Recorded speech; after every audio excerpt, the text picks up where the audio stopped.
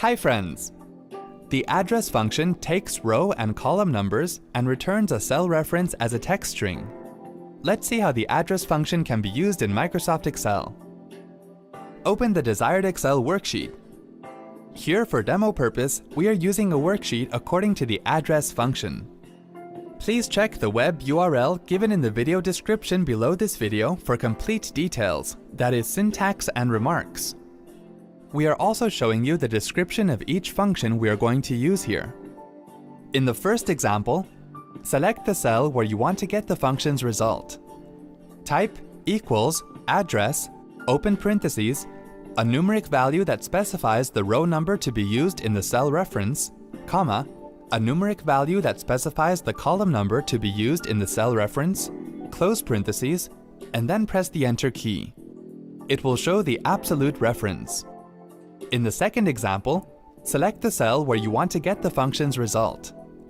Type equals address, open parentheses, a numeric value that specifies the row number to be used in the cell reference, comma, a numeric value that specifies the column number to be used in the cell reference, comma, a numeric value that specifies the type of reference to return, close parentheses, and then press the Enter key. It will show the absolute row and relative column. In the third example, select the cell where you want to get the function's result. Type equals address, open parentheses, a numeric value that specifies the row number to be used in the cell reference, comma, a numeric value that specifies the column number to be used in the cell reference, comma, a numeric value that specifies the type of reference to return, comma, a logical value that specifies the A1 or R1C1 reference style, close parentheses, and then press the Enter key.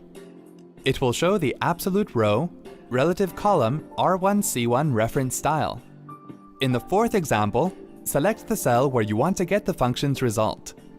Type equals address, open parentheses, a numeric value that specifies the row number to be used in the cell reference, comma, a numeric value that specifies the column number to be used in the cell reference, comma, a numeric value that specifies the type of reference to return, comma, a logical value that specifies the A1 or R1C1 reference style, comma, open quotes, a text value that specifies the name of the worksheet to be used as the external reference, close quotes, close parentheses, and then press the Enter key.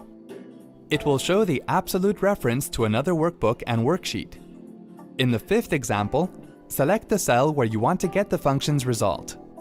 Type equals address, open parentheses, a numeric value that specifies the row number to be used in the cell reference, comma, a numeric value that specifies the column number to be used in the cell reference, comma, a numeric value that specifies the type of reference to return, comma, a logical value that specifies the A1 or R1C1 reference style, comma, open quotes, a text value that specifies the name of the worksheet to be used as the external reference, close quotes, close parentheses, and then press the Enter key.